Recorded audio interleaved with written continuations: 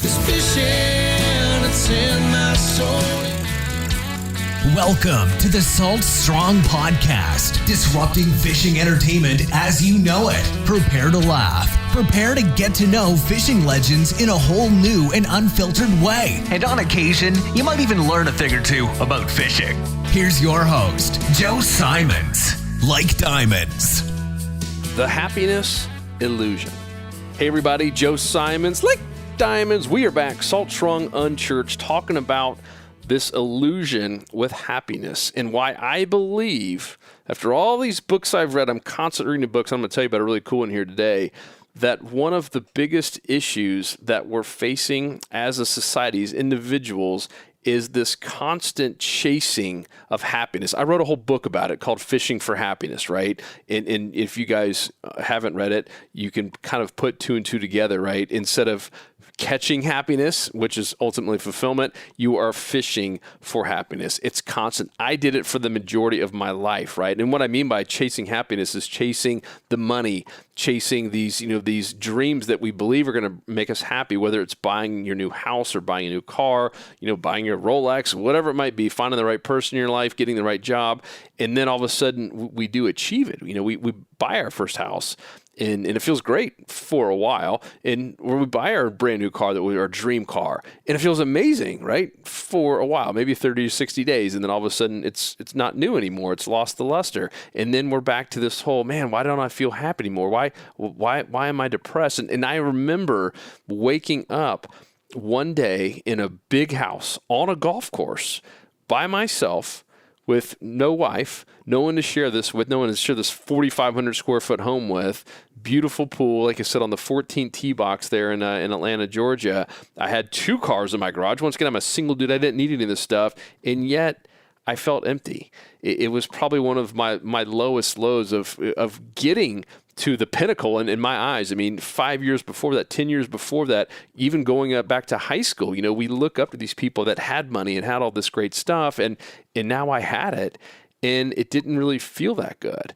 And that was a whole literally decade or more of just chasing happiness. And it was an illusion. It was like being in the desert and having one of those optical illusions where you think you're getting closer and then all of a sudden maybe you do reach it and it's not everything that you thought it was going to be. And I'm guessing if you're listening to this, you might be feeling that way. And that's natural.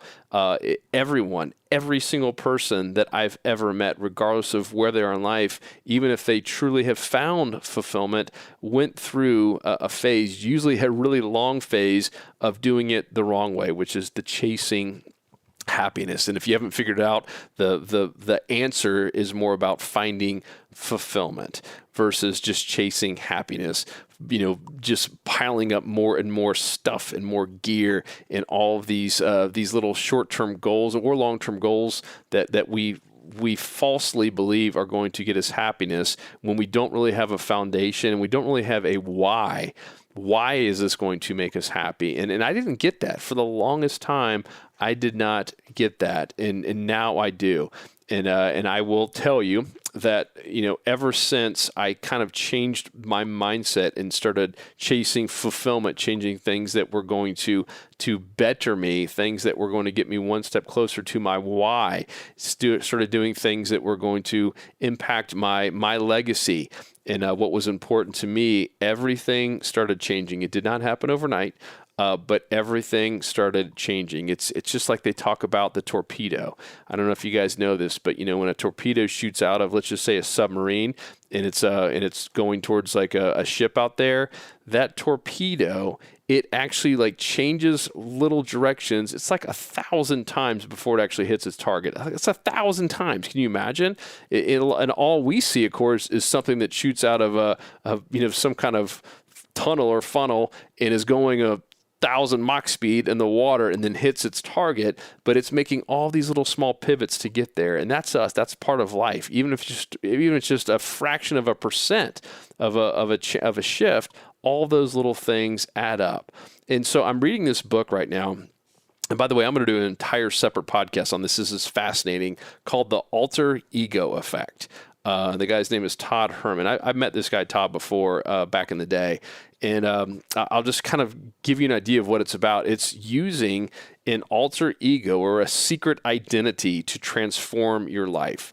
I listened to him on a podcast and I was just blown away with what he was saying and blown away with all the examples of people that we all, or many of us, might look up to today. I'm talking about celebrities and sports figures and really powerful people who've done really well that were actually using some type of secret identity or an alter ego to truly get where they were, that because they had so much fear and insecurity about themselves that they had to literally step inside almost like another body and envision they were someone else to truly do what they were called to do. I think it's so fascinating.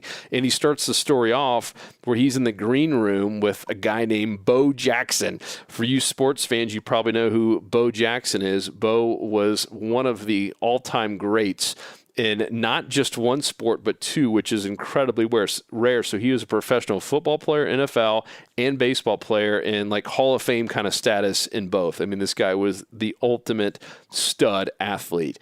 And so he's sitting there with Bo, and they're both speaking at this big event with a lot of sports people there. And so obviously this guy, Todd, knows who Bo is. He's like, man, big fan. And so Bo says, well, hey, what are you speaking about? And he says, I'm speaking about the alter ego effect, about, using, different secret identities and using things like Batman and Superman. Like, think about that, like Marvel Comics kind of identities to actually like increase everything that you're doing in life. And he's like, man, you won't believe this. But he's like, Bo Jackson, and this is Bo speaking. He's like, you won't believe this, but Bo Jackson, Bo Jackson never once stepped foot on that field and played it down. And Todd's looking at him. He's like, well, tell me more. And he's like, well, man, listen, I grew up with a lot of issues with anger and just, a lot of frustration with how he was raised. And basically he was not the best student. And I'm talking about even on the field as an athlete, and just had too much rage and anger and couldn't keep it in. And so he actually, and I won't tell you who, you got to read this book, it's really fascinating. But he actually pretended to be someone else every single down. Every single time he went to bat, he was someone else. He was a different person in his mind. So literally, can you imagine stepping out on a field or on a stage or in a business meeting or even in your own household and pretending to be someone else that maybe it's insecurities, maybe it is rage or something else. He had to basically channel that into something else. It was crazy. And so the long story short, he's like, I get it. He's like, that's how I got to where I was. I literally in my mind had to pretend I was someone else.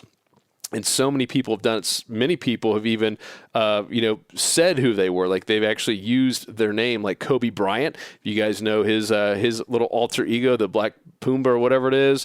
Beyonce was Sasha Fierce. Like these were their alter egos. Like they literally step into these. If you look at interviews with them, they're literally like stepping into these alter egos. Really, really fascinating. But that's not why I'm on this podcast today. I just wanted to share that book with you because I'm about 3/4 of the way done, and I will do another podcast on that. But why I'm reading this, there's a whole piece about happiness and this illusion with finding happiness. And I'm going to read it to you real quick. And I'll just tell you how it comes up in this book. And this is all about, none of this stuff works that I just told you about unless you have a quest, unless you have a why, unless you have a mission, unless you have a purpose. So he says, do you feel so motivated to go out on this quest that nothing will stop you? Nothing will get in your way. Does it have meaning? That's what he challenges to all his people. If the answer is no, then we got a serious problem. And it says, this is from Viktor Frankl, which is one of my favorite books when it comes to finding meaning. He actually wrote the book called Man's Search for Meaning. And Viktor Frankl is a gentleman who back in the day was one of the unlucky people that was in a concentration camp. So he was in the Jewish concentration camp and spent a big chunk of his life there. And spent a big chunk of his life just trying to figure it out, had to watch his entire family die. I believe every single person died, and you had to hear a lot of that. You're stripped of literally everything you own, and yet this guy, Victor, came out stronger, at least mentally stronger than ever before, wrote a book about it, ended up impacting millions and millions of people. And talks about, how that was possible. Whereas other people who were in his exact same shoes that did survive, they came out completely messed up and, committed suicide after getting out. I mean, how does that happen, right? How can two people, literally be stripped of everything, taken through the exact same scenario, eating the same thing for, let's just say, a year, 2 years, and coming out, and one person changes the world and has an amazing attitude, and the other person commits suicide because they just can't get over all the stuff they had to live through. I think that's really, really, it's really, really fascinating, and so much has to do with the happiness versus fulfillment. So in the book, and this is quoted in The Alter Ego Effect, it says, life is never made unbearable by circumstances, but only by lack of meaning and purpose. Let me repeat that. Life is never made unbearable by circumstances, but only by lack of meaning and purpose. His point is, if you have meaning, if you have purpose, that means you have hope. That means your outlook on everything in life, what might be considered bad, like being stuck in a concentration camp or a prisoner of war or just having a crappy day, it is completely different to someone who has a burning desire for a purpose, that is on a mission, that is on a quest. I know it because I live it every day now. For the majority of my life, I did not. The majority of life, I used to get so down about the smallest stuff. I went through a lot of anxiety attacks. I used to, everything used to just kind of bug me and get underneath my skin and sometimes literally just ruin my day. And now that I know I'm on a quest, and my quest obviously is with Salt Strong and uniting families and friends through fishing and serving fishermen and doing it all for God and Jesus Christ. Ever since that I declared that, I'm telling you, everything has been different.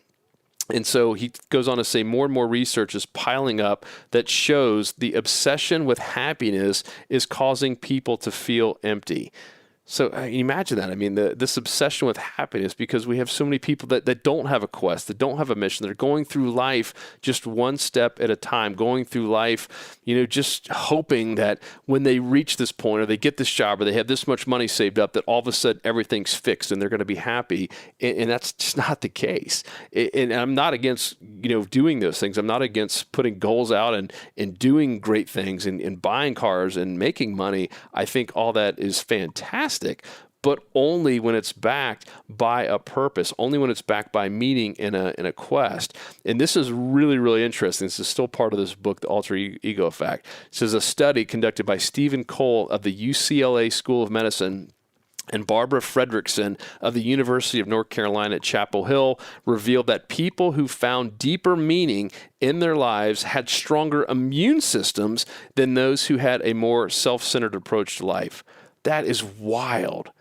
That is wild. That suggests that if you chase your goals and find literally deep meaning in everything you're doing, you will be stronger, literally in terms of your immune system. I think that's so fascinating. And what's interesting, looking at a lot of my friends who I know that have found their purpose, and this doesn't mean you have to be an entrepreneur and quit your job and go do something. There's tons of people, including my dad, who worked for the same company for most of his life and did not own it. But he found tons of purpose with it. And a lot of it was outside of work and the things he gave back to, like things for my brother with cerebral palsy and a lot of charities and with church and with God. So don't think this just has to be work related. This is about just finding, a purpose. And if you'd help with that, definitely read my book, Fishing for Happiness, and read Man's Search for Meaning. If you read those two books, you will have a blueprint on how to find more fulfillment in your life. So I just wanted to share that with you real quick, to do a quick little Sunday one here.